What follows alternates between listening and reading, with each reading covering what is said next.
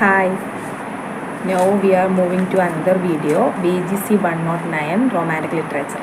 അപ്പോൾ ഇതിൻ്റെ ഫസ്റ്റ് ബ്ലോക്കാണ് ഇവിടെ നറേറ്റ് ചെയ്യാൻ പോകുന്നത്. ഫസ്റ്റ് ബ്ലോക്കിൽ എന്താണ് റൊമാൻറ്റിക് പീരിയഡ്, അതേപോലെ background of romanticism, salient features of romanticism, character sketch of romanticism, ഇത്രയും കാര്യങ്ങൾ നമുക്ക് അറിഞ്ഞിരിക്കണം. എക്സാം എഴുതാൻ പോകുമ്പോൾ ഒരു എസ്സേ വന്നാൽ നമുക്ക് റൊമാൻറ്റിക് പീരിയഡിനെ കുറിച്ച് അറിയണം, അല്ലെ? നമ്മൾ റൊമാൻറ്റിക് ലിറ്ററേച്ചറാണ് നമ്മൾ എഴുതാൻ പോകുന്നത്. അതേപോലെ ഫസ്റ്റ് ബ്ലോക്കിൽ അതും പിന്നെ കുറച്ച് ഏർലി റൊമാൻറ്റിക് പോയറ്റ്സിൻ്റെ പേരും കുറച്ച് പിന്നീടുള്ളൊരു സെക്കൻഡറി ലൈനിൽ വരുന്ന റൊമാൻറ്റിക് പോയറ്റ്സിൻ്റെ പേരും പിന്നെ വരുന്നത് ജോർജ് ഗാർബേജിൻ്റെ വില്ലേജ് എന്ന് പറയുന്ന ഒരു പോയത്തിൻ്റെ സമ്മറിയും പിന്നെ നമ്മുടെ വില്യം ബ്ലെയ്ക്കിൻ്റെ 3 പോയംസിൻ്റെ സമ്മറി, അതായത് ടൈഗർ, ദ ലാമ്പും അതേപോലെ ചിമ്നി സ്വീപ്പർ, ഇങ്ങനെ 3 പോയത്തിൻ്റെ സമ്മറിയാണ് ഫസ്റ്റ് ബ്ലോക്കിൽ വരുന്നത്. ഇതിൽ നമ്മുടെ അമേരിക്കൻ ലിറ്ററേച്ചർ ഉണ്ടല്ലോ, അതിലെ പോലെ ഇങ്ങനെ ക്വസ്റ്റ്യൻസ് അങ്ങനെ ഇങ്ങനെ എന്താ പറയുക, പോയംസ് തന്നിട്ട് അത് നറേറ്റ് ചെയ്യാൻ വേണ്ടി തരുന്നില്ല. അങ്ങനെ മൊത്തത്തിലുള്ള അതിൻ്റെ സമ്മറിയാണ് നമ്മൾ പഠിക്കേണ്ടത്, അല്ലാതെ ലൈൻസ് അങ്ങനെ ഓർമ്മിച്ച് നിൽക്കേണ്ട ആവശ്യമില്ല. അപ്പം നമുക്ക് എന്താണ് റൊമാൻറ്റിക് ലിറ്ററേച്ചർ എന്ന് ജസ്റ്റ് ഒന്ന്, അതായത് ടേം റൊമാൻറ്റിസിസം എന്ന് പറയുന്നത് ഇറ്റ്സ് കെയിം ഫ്രം റോമിൽ നിന്നാണ് വന്നിട്ടുള്ളത്.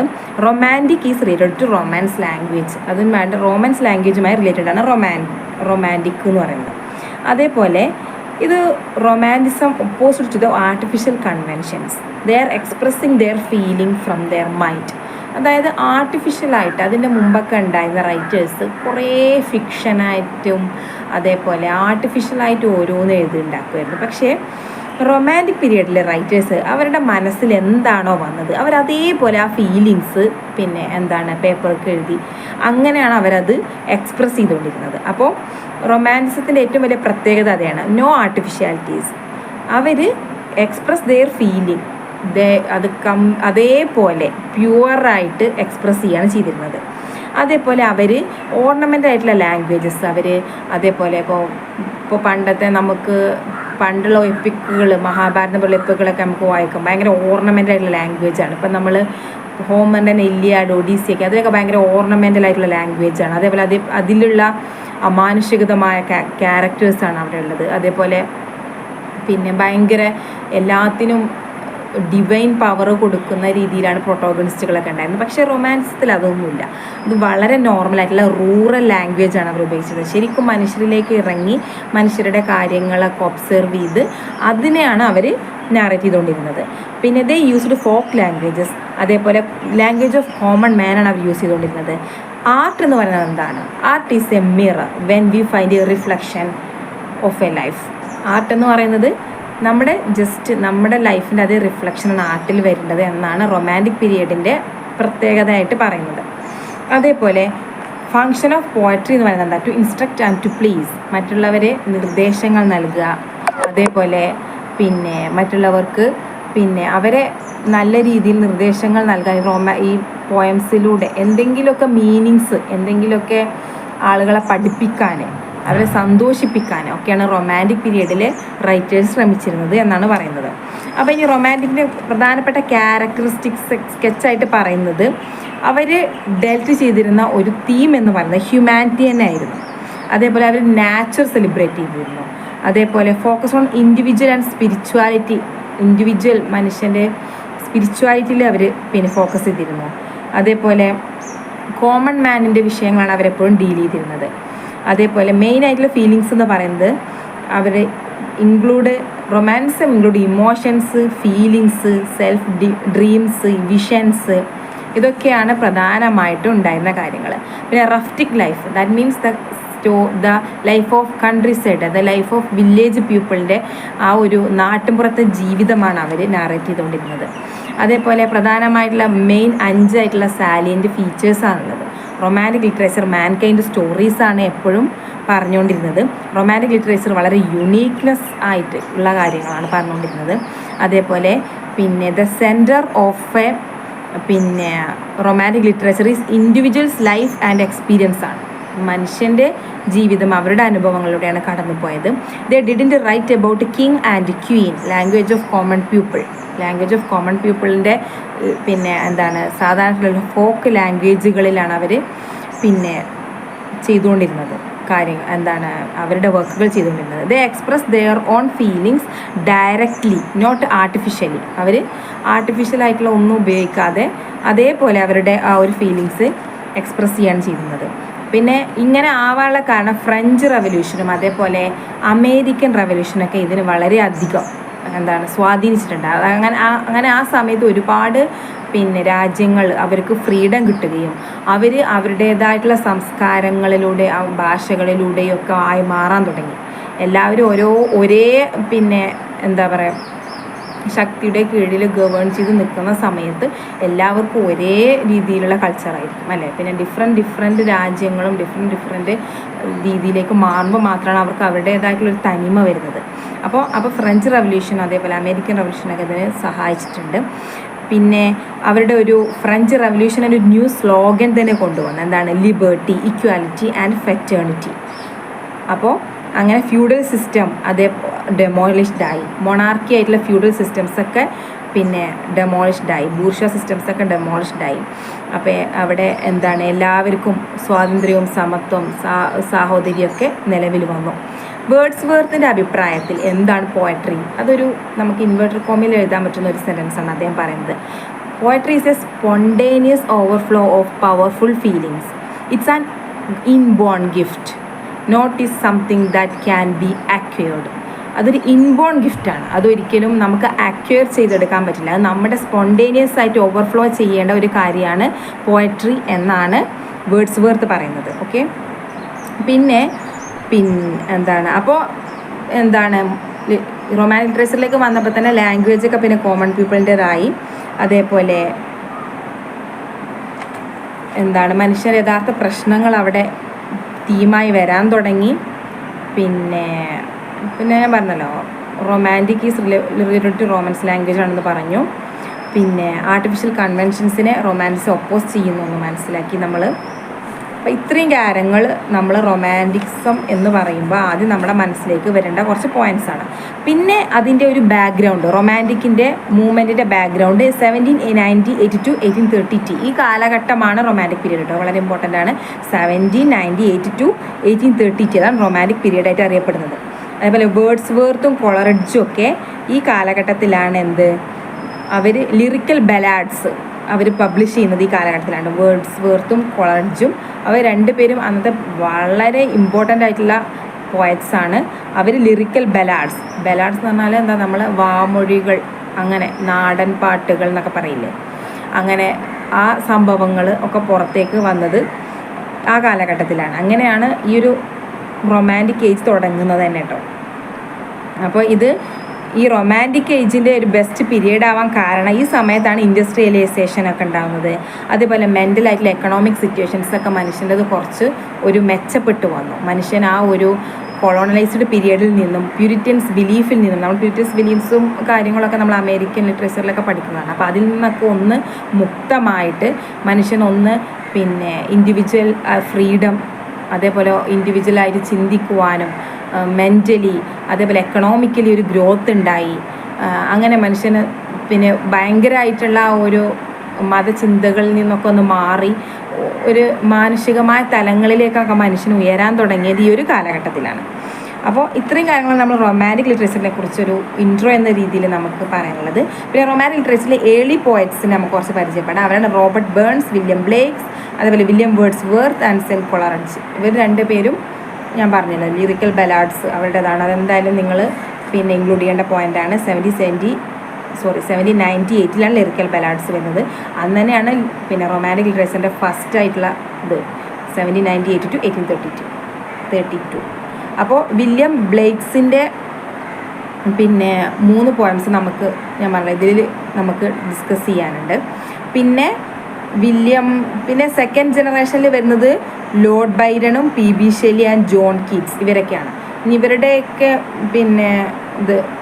ഒരുപാട് വർക്ക്സുകൾ ഒരു പക്ഷേ നമുക്ക് നെക്സ്റ്റ് ബ്ലോഗ്സിൽ ഉണ്ടാകുമായിരിക്കണ്ട, എനിക്കറിയില്ല. ഞാൻ ഫസ്റ്റ് ബ്ലോക്കാണ് ഇപ്പോൾ ഇവിടെ ചെയ്യുന്നത്. അപ്പോൾ നമുക്ക് ജോബ് സ്ക്രാബ്സിൻ്റെ വില്ലേജ് ബുക്ക് അദ്ദേഹത്തിൻ്റെ ഒരു പിന്നെ ലൈഫ് സ്പാൻ എന്ന് പറയുന്നത് 1754 to 1832 ആണ്.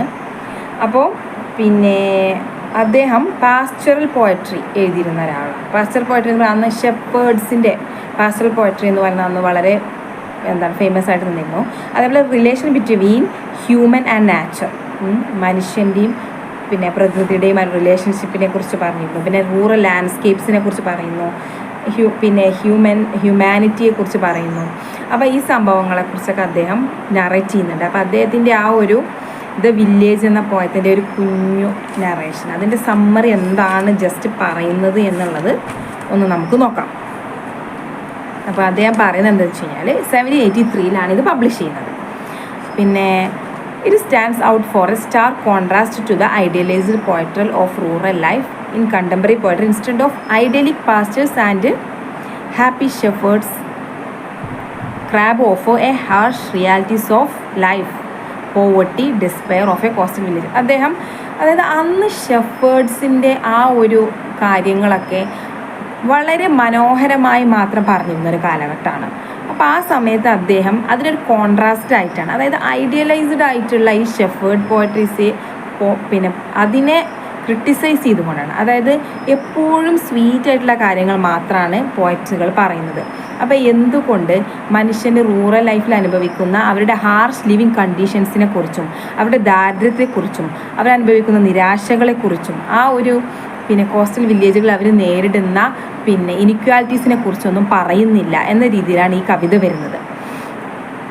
അപ്പോൾ ഇതിൻ്റെ ഒരു harsh living condition of life, the reality of ലൈഫാണ്. ശരിക്കും മനുഷ്യൻ്റെ ജീവിതത്തിൻ്റെ റിഫ്ലക്ഷൻസാണ് അദ്ദേഹത്തിൽ പറയുന്നത്. വെറുതെ അനാവശ്യമായിട്ട് പിന്നെ എല്ലാത്തിലും ബ്യൂട്ടി മാത്രം കാണുന്ന രീതിയിൽ നറേറ്റ് ചെയ്യാതെ യഥാർത്ഥത്തിലുള്ള റിയാലിറ്റി അദ്ദേഹം ഇതിൽ പറയുകയാണ് ചെയ്യുന്നത്. ഇതിൽ ക്രാബ് ചലഞ്ച് ചെയ്യുന്നത് പാസ്റ്ററൽ ട്രഡീഷനെ, ആ ഒരു ട്രഡീഷൻ അദ്ദേഹം ചലഞ്ച് ചെയ്യുകയാണ് ചെയ്യുന്നത്. പിന്നെ ഈ റൊമാൻറ്റിസൈസ്ഡ് വ്യൂ ഓഫ് റൂറൽ ലൈഫിനെ അദ്ദേഹം കൺഫ്രണ്ട് ചെയ്തിരുന്നു. അതിനെതിരെ കോൺട്രാസ്റ്റായ രീതിയിലാണ് ഇവിടെ അദ്ദേഹം നറേറ്റ് ചെയ്യുന്നത് ആ സമയത്ത് ഉണ്ടായിരുന്നത്. അതേപോലെ പിന്നെ അദ്ദേഹത്തിൻ്റെ ക്യാരക്ടേഴ്സ് എന്നൊക്കെ പറയുന്നത് ഒരുപാട് ഹാർഷ് സിറ്റുവേഷൻസിലൂടെ കടന്നു പോകുന്ന സിക്കായിട്ടുള്ള പോവർട്ടി അനുഭവിക്കുന്ന ആൾക്കാരായിരുന്നു അദ്ദേഹത്തിൻ്റെ ക്യാരക്ടേഴ്സ് എന്ന് പറയുന്നത്. അതേപോലെ എക്സ്പ്ലോയിറ്റേഷൻ അനുഭവിക്കുന്ന, ഇൻജസ്റ്റിസ് അനുഭവിക്കുന്ന, ഇനിക്വാലിറ്റീസ് അനുഭവിക്കുന്ന മനുഷ്യരുടെ വേദനകൾ, അവരുടെ കണ്ടീഷൻസ്, പിന്നെ നമ്മൾ മാർജിനലൈസ്ഡ് ആയിട്ട് സമൂഹത്തിൽ നിന്ന് മാറ്റി നിർത്തപ്പെടുന്ന ആൾക്കാരുടെ ലിവിങ് കണ്ടീഷൻസാണ് അദ്ദേഹം ഇതിൽ പറയുന്നത്. അപ്പോൾ അദ്ദേഹം വിവിഡ് ക്യാരക്ടർ പോർട്രയൽസ് ആണ് ചെയ്യുന്നത്. ഈ creates a diverse cast of characters each with their own stories of struggles and resilience. ഓരോരുത്തർക്കും അദ്ദേഹത്തിൻ്റെ ഓരോ ക്യാരക്ടേഴ്സിനും അദ്ദേഹത്തിന് അവരുടേതായ സ്റ്റോറിയും അവരുടേതായ റെസിലിയൻ്റ് ചെയ്യുന്നു. അവരെല്ലാം അവരുടെ ജീവിത സാഹചര്യവുമായിട്ട് മല്ലിട്ട് സമരപ്പെട്ട് ജീവിച്ച് പിന്നെ പോരുകയായിരുന്നു. അപ്പോൾ ആ ഒരു കണ്ടീഷനാണ് അദ്ദേഹത്തിൻ്റെ പോയട്രിയിൽ അദ്ദേഹം പറഞ്ഞത്. അതേപോലെ അങ്ങനെയാണെങ്കിലും അദ്ദേഹം മോറലായിട്ടുള്ള റിലീജിയസ് ആയിട്ടുള്ള ആ ഒരു അണ്ടർടോൺസിൽ തന്നെയാണ് കാര്യങ്ങളൊക്കെ എഴുതിയിരുന്നത്. ഒരിക്കലും പിന്നെ അപ്പോൾ നമ്മൾ നേരത്തെ മേരി ഷെല്ലിയുടെ കഥ പറഞ്ഞ പോലെ ഒരിക്കലും ദൈവികമായ കാര്യങ്ങളെ ക്രിട്ടിസൈസ് ചെയ്യുന്ന രീതിയിലൊന്നും അദ്ദേഹം പറഞ്ഞിട്ടില്ല. അദ്ദേഹം he urges the acceptance and faith in God, ദൈവത്തിലുള്ള വിശ്വാസവും അതിൽ അദ്ദേഹം എല്ലാവരെയും അതിലേക്ക് അദ്ദേഹം കൊണ്ടുവരാൻ ശ്രമിച്ചിട്ടുണ്ട്. അപ്പോൾ ഇത് വളരെ കോൺട്രവേഴ്സ്യൽ ആയിട്ടുള്ള സബ്ജക്ട്സാണ് അദ്ദേഹം കൈകാര്യം ചെയ്തിരുന്നത്. യഥാർത്ഥത്തിലുള്ള പ്രശ്നങ്ങൾ അദ്ദേഹം ഇതിൽ കൈകാര്യം ചെയ്തിരുന്നത്. അദ്ദേഹം റൊമാൻറ്റിസൈസ്ഡ് വ്യൂ അല്ല, അദ്ദേഹം പോവർട്ടി, അതേപോലെ ഞാൻ പറഞ്ഞ രോഗങ്ങൾ, ലിവിങ് കണ്ടീഷൻസ് ഒക്കെയാണ് ചെയ്തത്. ഓക്കെ, ഇനി നമുക്ക് വില്യം ബ്ലേക്കിൻ്റെ 3 പോയംസ് നോക്കാം. The tiger, the lamb and the chimney sweeper. ഇത് മൂന്നും അദ്ദേഹത്തിൻ്റെ 2 കളക്ഷൻസ് ഉണ്ട്. ഒന്ന് the songs of experience and മറ്റേ ദ സോങ്സ് ഓഫ് ഇന്നസെൻസ്. ഈ 2 കളക്ഷൻസിൽ നിന്നുമാണ് ഈ 3 പോയംസ് എടുത്തിട്ടുള്ളത്. എന്താണ് സോങ്സ് ഓഫ് എക്സ്പീരിയൻസ് ഡീൽ ചെയ്യുന്നതെന്ന് വെച്ച് കഴിഞ്ഞാൽ പിന്നെ അതേപോലെ ആദ്യം സോങ്സ് ഓഫ് ഇന്നസെൻസ് പറയാം. സോങ്സ് ഓഫ് ഇന്നസെൻസ് ഡീൽ ചെയ്യുന്നത് ലവ്, കെയർ, പ്യൂരിറ്റി, ചൈൽഡ്ഹുഡ്, അതേപോലെ ഹ്യൂമാനിറ്റി, ബ്യൂട്ടിഫുൾ ആയിട്ടുള്ള കാര്യങ്ങളാണ് അത് ഹാൻഡിൽ ചെയ്യുന്നത്. സോങ്സ് ഓഫ് ഇന്നസെൻസ് പേര് പോലെ തന്നെ. സോങ്സ് ഓഫ് എക്സ്പീരിയൻസ് എന്ന് പറയുന്നത് ഇതിൻ്റെ കോൺട്രാസ്റ്റാണ്. അതായത് പിന്നെ ഹിപ്പോക്രസി, ക്രൂവാലിറ്റി, അതേപോലെ ഇൻഡിഗ്നേഷൻ തുടങ്ങിയ നെഗറ്റീവായിട്ടുള്ള ഇമോഷൻസാണ് സോങ്സ് ഓഫ് എക്സ്പീരിയൻസ് കൈകാര്യം ചെയ്യുന്നത്. അപ്പോൾ ഇതിൽ നിന്ന് 2 എടുത്തിട്ടുള്ള 3 പോയംസ് ആണ്, പിന്നെ ടൈഗറും ലാമ്പും പിന്നെ ചിമ്നി സ്വീപ്പറും. അപ്പോൾ അദ്ദേഹം ജനിച്ചിട്ടുള്ളത് 1757 പിന്നെ 1827 മരിക്കുകയും ചെയ്തു. 70 years ഓഫ് ലൈഫ് സ്പാനാണ് അദ്ദേഹത്തിനുള്ളത്. പിന്നെ അദ്ദേഹത്തിൻ്റെ പിന്നെ വില്യം ബ്ലേക്ക് അല്ലെങ്കിലും വളരെ ഫേമസ് ആയിട്ടുള്ള ഒരു റൈറ്ററാണ്. അത് നമുക്ക് ഇതിനു മുമ്പേ കേട്ടൊരു പേരാണ് വില്യം ബ്ലേക്ക് എന്ന് പറയുന്നത്. അപ്പോൾ അദ്ദേഹത്തിൻ്റെ ഈ 3 പോയംസാണ് നമുക്കിവിടെ നറേറ്റ് ചെയ്യാനുള്ളത്. അപ്പോൾ നമുക്ക് ആദ്യം ദ ലാമ്പ് ഒന്ന് നറേറ്റ് ചെയ്യാം. ദ ലാമ്പ് പറയുന്നത് നമുക്ക് പേര് കേട്ടാൽ തന്നെ അറിയാം, സോങ്സ് ഓഫ് ഇന്നസെൻസ് എന്നുള്ള ഒരു പിന്നെ പോയമാണ്. അതേപോലെ ഇത് എക്സ്പ്ലോസ് ദെയർ ഓൺ തീംസ്, അതായത് ഇദ്ദേഹത്തിൻ്റെ ഓരോ പോയംസിനും അതിൻ്റേതായ തീംസ് ഉണ്ട്, അതിൻ്റേതായ കൺസേൺസും ഉണ്ട്. പക്ഷേ മൊത്തത്തിലുള്ളൊരു തിമാറ്റിക് ആയിട്ടുള്ള കാര്യം നോക്കുമ്പോൾ പിന്നെ ഇത് ഒന്നല്ലെങ്കിൽ സോങ്സ് ഓഫ് എക്സ്പീരിയൻസിൽ പെടും, അല്ലെങ്കിൽ സോങ്സ് ഓഫ് ഇന്നസെൻസിൽ പെടും, അത്രേ ഉള്ളൂ. അപ്പം ലാമ്പ് പറയുന്നത് സോങ്സ് ഓഫ് ഇന്നസെൻസ് എന്നുള്ളതാണ്. ലാമ്പ് എന്ന് പറയുന്നത് നമുക്കറിയില്ല, ഇറ്റ്സ് എ ജെൻറ്റിൽ ക്രിയേച്ചർ അല്ലേ, സിംബൽ ഓഫ് ഗോഡ്സ് ഗുഡ്നെസ്, ദൈവത്തിൻ്റെ സ്നേഹം, ആ ഒരു നിഷ്കളങ്കത, പ്യൂരിറ്റി, പരിശുദ്ധം, ഇതെല്ലാം കാണുന്ന ഒരു ആളാണ് ഒക്കെയാണ് ഈ ലാമ്പിൽ റെപ്രസെൻറ്റ് ചെയ്യുന്നത്. Speaker representing the perspective of child admires the lamb's meekness and associate with Jesus divine love. അപ്പോൾ ഒരു കുട്ടിയുടെ ആ ഒരു സൗമ്യതയും നിഷ്കളങ്കതയും സ്നേഹവും ഒക്കെ എന്താണ് ജീസസിൻ്റെ സ്നേഹവുമായി കമ്പയർ ചെയ്താണ് പറയുന്നത്. അതേപോലെ പിന്നെ ഇതിൽ യൂസ് ചെയ്തിരിക്കുന്നത് സിമ്പിളായിട്ടുള്ള ലാംഗ്വേജ് ആണ്. അതേപോലെ ഇത് ഹൈലൈറ്റ് ചെയ്യുന്നത് lamb's gentle nature and connected to the benevolent of creator. അപ്പോൾ ആ ലാമ്പിൻ്റെ ആ ഒരു ബ്യൂട്ടിഫുൾ ആയിട്ടുള്ള സോഫ്റ്റ് ആയിട്ടുള്ള നാച്ചറും അത് ബെനവലൻ്റ് ഓഫ് ഗോഡുമായിട്ടുള്ള ഒരു കണക്ഷനും ക്രിയേറ്ററിൻ്റെ കണക്ഷനൊക്കെയാണ് പറയുന്നത്. അപ്പോൾ ഇത്രയേ ഉള്ളൂ, ചെറിയൊരു പോയമും അതിൻ്റെ ഒരു പിന്നെ തിമാറ്റിക്കൽ നറേഷനായിരുന്നു. ഇനി ടൈഗർ അതിൻ്റെ കോൺട്രാസ്റ്റാണ്. കാരണം that is from the songs of experience. അപ്പോൾ ഇത് നിങ്ങൾ 3 എഴുതുമ്പോൾ അത് ഏതിൽ നിന്നുള്ളതാണെന്ന് പ്രത്യേകമായിട്ട് പറയണം കേട്ടോ, അത് വളരെ ഇമ്പോർട്ടൻ്റ് ആണ്. അപ്പോൾ ലാമ്പ് എഴുതുമ്പോൾ അത് സോങ്സ് ഓഫ് ഇന്നസെൻസിൽ നിന്നുള്ളതാണെന്നും ഇത് എഴുതുമ്പോൾ സോങ്സ് ഓഫ് എക്സ്പീരിയൻസ് ഉള്ളതാണെന്ന് പറയണം. അതേപോലെ by focusing on a powerful and fearsome creature the tiger, അതായത് ടൈഗർ ഭയങ്കര ഒരു എന്താ പറയുക, നമുക്കറിയാം ഒരു ഫിയേഴ്സ്ഡ് എന്ന് പറയുന്ന രീതിയിലുള്ള ഒരു സാധനമാണ്. അപ്പോൾ ആ സാധനം എന്താണെങ്കിലും സോങ്സ് ഓഫ് എക്സ്പീരിയൻസ് എന്നാണ് വരിക. അതൊരിക്കലും ജെൻറ്റിൽ നാച്ചുറലുള്ള ഒരു ക്രിയേച്ചർ അല്ല. അപ്പോൾ സ്പീക്കർ ഇവിടെ ക്വസ്റ്റ്യൻ ചെയ്യുന്ന ഒരു പ്രധാനപ്പെട്ട എടുത്ത് പറയേണ്ട ഒരു പോയിന്റ് എന്ന് പറയുന്നത് പിന്നെ ദ സ്പീക്കർ വണ്ടർ ചെയ്യാണ്, how the same God who made the gentle lamp could also create the fears tiger. ഈ ജെൻറ്റിൽ ലാമ്പിനെ ക്രിയേറ്റ് ചെയ്ത ഗോഡിന്, ആ സെയിം ഗോഡിന് എങ്ങനെയാണ് ഈ ഫിയേഴ്സ് ആയിട്ടുള്ള ടൈഗറിനെ ക്രിയേറ്റ് ചെയ്യാൻ കഴിഞ്ഞത് എന്ന് ഒരു പിന്നെ എക്സ്ക്ലമേഷൻ എന്ന രീതിയിൽ അവിടെ അങ്ങനെ പറയുകയാണ്. അപ്പോൾ poem explores themes of duality, അതായത് എവിൾ, ഗുഡ്, അപ്പ്, ഡൗൺ, പിന്നെ എന്താ പറയുക, നമ്മൾ പറയില്ല വെളിച്ചം, ഇരുട്ട്, നല്ലത്, ചീത്തത്. അപ്പം എല്ലാ കാര്യത്തിലും ലൈഫ് കംപ്ലീറ്റിൽ ഒരു അങ്ങനെ ഡ്യുവാലിറ്റിയിലാണ് നമുക്കുള്ളത്. ഹാപ്പി, സാഡ്നെസ് ഒക്കെ ഡ്യുവാലിറ്റിയാണ്. അപ്പോൾ ഈ പോയം എക്സ്പ്ലോർ ചെയ്യുന്നത് ഈ ഒരു ഡ്യുവാലിറ്റിയാണ്. അതേപോലെ ഇതിൽ ബോൾഡായിട്ടുള്ള ലാംഗ്വേജാണ് ഉപയോഗിച്ചിരിക്കുന്നത്. ടൈഗറിൻ്റെ പവർ ആണ് ഇത് ഇവോക്സ് ചെയ്യുന്നത്. അപ്പോൾ ഇതാണ് ടൈഗർ എന്ന പോയത്തെക്കുറിച്ച് പറയാനുള്ളത്. പിന്നെ തേർഡ് ദ ചിമ്നി സ്വീപ്പർ എന്ന് പറയുന്നത് പിന്നെ ഈ ചിമ്നിയിൽ വർക്ക് ചെയ്യുന്ന ഒരു ടോം എന്ന് പറയുന്ന ഒരു ചൈൽഡിൻ്റെ കഥയാണ് ചിമ്നി സ്വീപ്പർ നമുക്ക് മുന്നിൽ പിന്നെ വിവരിക്കുന്നത്. അപ്പോൾ that is from songs of innocence എന്നാണെന്നാണ് പറയുന്നത്. അത് ആദ്യം പറയുന്നത് അത് സോങ്സ് ഓഫ് ഇന്നസെൻസ് എന്നാണെന്ന് പറയുന്നു. കാരണം അതൊരു കുട്ടിയുടെ പോയിന്റ് ഓഫ് വ്യൂവിലാണ് അത് പറയുന്നത്. കുട്ടി ആയതുകൊണ്ട് തന്നെ ഇന്നസെൻസിലാണ് പറയുന്നത്. പക്ഷെ പിന്നീട് ഇത് പറയുന്നുണ്ട് ഈ ഒരു പോയം ഒരു ബ്രിഡ്ജായിട്ട് വർക്ക് ചെയ്യുന്നു. അതായത് സോങ്സ് ഓഫ് എക്സ്പീരിയൻസിൽ നിന്നും അതേപോലെ സോങ്സ് ഓഫ് ഇന്നസെൻസിൽ നിന്നും സോങ്സ് ഓഫ് എക്സ്പീരിയൻസിലേക്ക്. കാരണം ഇത് കുട്ടി ആയതുകൊണ്ട് ഇന്നസെൻസ് എന്ന് പറയുന്നുണ്ടെങ്കിലും ആ കുട്ടി അനുഭവിക്കുന്ന എക്സ്പീരിയൻസുകൾ എന്ന് പറയുന്നത് വളരെ വലുതാണ്.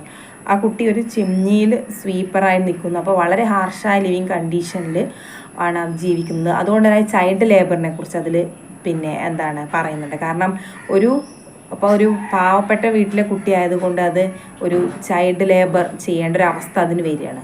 അതേസമയം അതൊരു എന്താണ് ഒത്തിരി പൈസ ഉള്ള ഒരു വീട്ടിലെ കുട്ടിയാണെങ്കിൽ ഒരിക്കലും അത് ചെയ്യേണ്ടി വരില്ലായിരുന്നു. അപ്പോൾ നമ്മുടെ ഈ സൊസൈറ്റിയിലുള്ള ആ ഒരു ഇനിക്വാലിറ്റി, ഇൻജസ്റ്റിഫിക്കേഷനാണ് അവിടെ കാണിക്കുന്നത്. അതേപോലെ ആ കുട്ടി എക്സ്പ്ലോയിറ്റ് ചെയ്യാണ് ആക്ച്വലി ഈ സൊസൈറ്റി. അപ്പോൾ അത് പിന്നെ ആ കുട്ടിയുടെ ആ ഒരു ചൈൽഡ്ഹുഡൊക്കെ അവിടെ സ്പോയിൽഡ് ആവുകയാണ് ചെയ്യുന്നത്. അപ്പോൾ അതിനെക്കുറിച്ചാണ് ഇതിൽ പിന്നെ നറേറ്റ് ചെയ്യുന്നത്. അതേപോലെ കണ്ട സൊസൈറ്റിയിൽ ഇൻജസ്റ്റിസ് അവിടെ പറയുന്നുണ്ട്, ചൈൽഡ് ലേബേഴ്സ് പറയുന്നുണ്ട്. It raises questions the societal difference to suffer. അപ്പോൾ അതേപോലെ used simple imagery highlighting the plight of children. ആ ചിൽഡ്രൻ്റെ ദുരന്തമാണ് അതിൽ ഹൈലൈറ്റ് ചെയ്തുകൊണ്ട് പറയുന്നത്.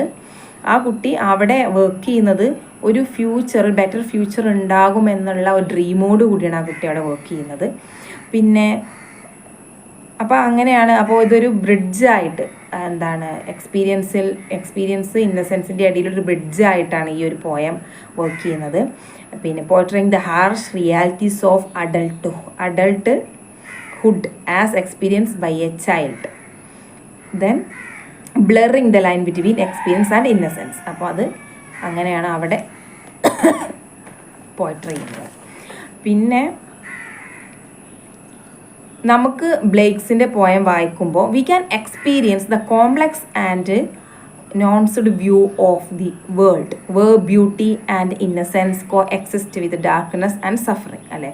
അതായത് രണ്ടും ഉണ്ട് അല്ലേ അവിടെ, അപ്പ് ആൻഡ് ഡൗൺസ്, ഡ്യുവാലിറ്റി, ബ്യൂട്ടിയും അതേപോലെ ഇന്നസെൻസും സഫറിങ്ങും ഡാർക്ക്നെസ്സുമായിട്ട് കൂടിച്ചേരുന്ന ആ ഒരു ഫീലിംഗ് നമുക്ക് വില്യം ബ്ലേക്കിൻ്റെ ലൈഫുമായിട്ട് കണക്ട് ചെയ്തിട്ട് വില്യം ബ്ലേക്കിൻ്റെ നറേഷനിൽ നമുക്കത് കാണാൻ പറ്റും. ആക്ച്വലി നമ്മുടെ എല്ലാവരുടെയും ലൈഫ് വില്യം ബ്ലേക്കിൻ്റെ ലൈഫ് പോലെ തന്നെയാണ്. എന്താണ് ഹാപ്പിനെസ്സും സാഡും എല്ലാം മിക്സ് ചെയ്ത് കണ്ടാണ് എല്ലാവരുടെയും ലൈഫ് കിടക്കുന്നത്. സോ അപ്പോൾ എന്താ പറയുക, ഇതാണ് ബ്ലോക്ക് ഫസ്റ്റ്. ഇനി ബ്ലോക്ക് ഫോർത്ത് ഞാൻ ചെയ്തിട്ടുണ്ടായിരുന്നു, മേരി ഷെല്ലിയുടേത്. അപ്പോൾ എല്ലാവർക്കും നന്നായിട്ട് എക്സാം എഴുതാൻ പറ്റട്ടെ എന്ന് ആശംസിക്കുന്നു.